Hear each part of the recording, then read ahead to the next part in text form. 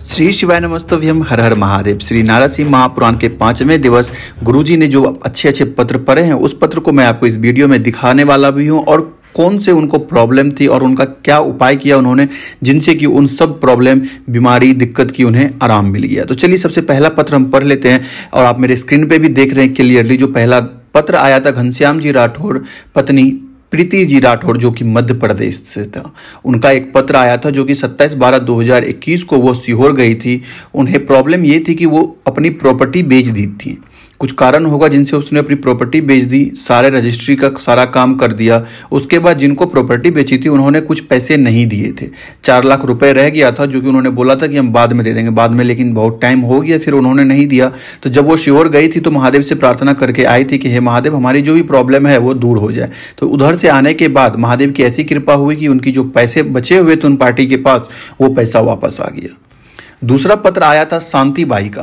तो शांति बाई को जो प्रॉब्लम हो रही थी कि उनका जो पुत्री था, उनकी जो बेटी थी, उनकी बेटी के लिए विवाह नहीं हो रहा था। तो विवाह होने के लिए उन्होंने क्या किया था कि पशुपति व्रत शुरू कर दिया।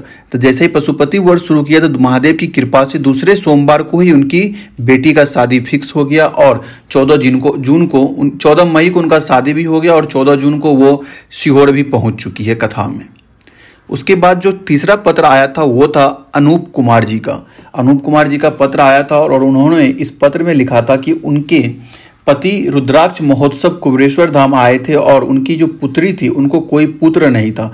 तो उन्होंने भोलेनाथ से प्रार्थना करके आई थी कि उनकी पुत्री को पुत्र हो जाए और महादेव की ऐसी कृपा हुई कि उनके पुत्री को पुत्र रत्न की प्राप्ति हो गई और वो महादेव की कृपा से कुबेरेश्वर धाम भी पहुंचे हुए थे। जो लास्ट पत्र और चौथा पत्र था वो था संध्या जी का। संध्या जी का पत्र था कि उनकी पुत्री का विवाह नहीं हो रहा था पिछले बहुत दिनों से। तो पिछले साल यानी 28 नवंबर को वो भी कुबेरेश्वर धाम पहुंची थी, 28 नवंबर 2021 को।